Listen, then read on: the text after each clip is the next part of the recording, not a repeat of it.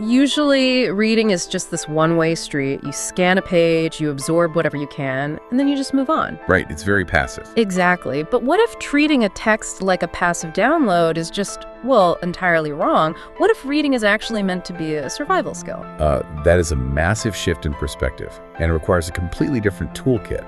So today, in our deep dive, we're pulling apart a collection of Seventh-day Adventist Sabbath school materials to kind of see how they tackle this. And just to clarify for everyone listening, these are obviously religious texts, right? They have very specific theological viewpoints. Definitely.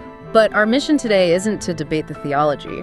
We just want to unpack the really fascinating methods and the psychological framework they use to build deep, lasting comprehension. And that framework starts with a surprisingly rigid architecture. The texts outline this specific three-step method for deep study.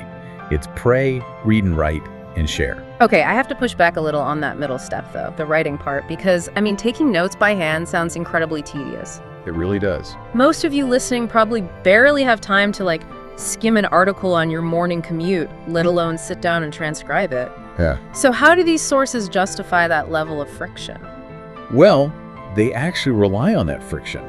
You see, human handwriting is significantly slower than the speed of thought. Oh, really? So when you force yourself to physically write down a passage, you're creating a cognitive bottleneck.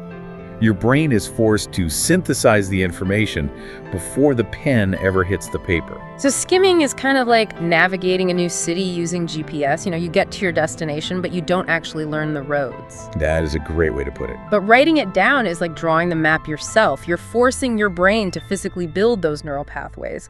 But what's the actual intellectual impact of that slowed down, rigorous pacing? So the sources refer to the Spirit of Prophecy texts. These are writings by Ellen G. White.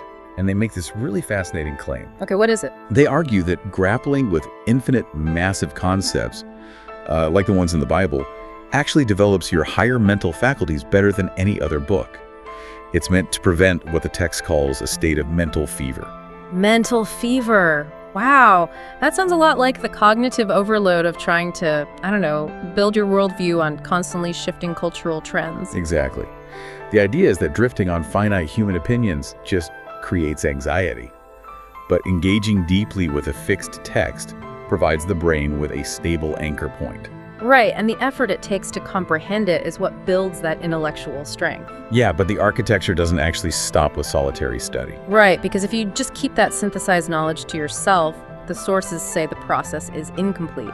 Which brings us to this concept of the double blessing. I love this part. It's essentially a 19th century anticipation of the Feynman technique.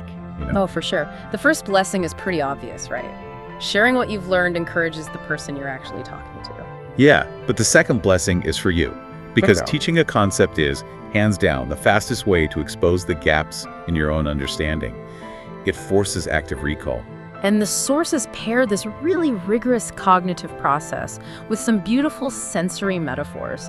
They mention Psalm 119 describing the word as sweeter than a honeycomb. Right, or Isaiah 55, inviting people to just consume this spiritual nourishment for free. They're framing all that cognitive friction not as a burden, but as a delight. And tucked into all that poetry is some highly practical, everyday advice. They suggest carrying a Bible with you everywhere. Yeah, reading a verse while you're walking down the street or just waiting at a train station. So is this continuous daily engagement meant to be that ultimate anchor against the uncertainty of the world? It really is. The texts frame this constant daily communion as the key to building personal responsibility. It's what gives you the internal resilience to endure difficult, chaotic times. So ultimately, these sources are presenting study as this active, intellectually rigorous, and inherently social practice. Right, teaching others isn't just a nice byproduct of learning. It is the final, essential step. Which leaves all of you listening with a thought to mull over today. If actively sharing what you learn is the real key to retaining it, how much of your daily reading, whether it's an industry newsletter or a spiritual text, is just evaporating from your memory simply because you aren't passing that knowledge on to someone else?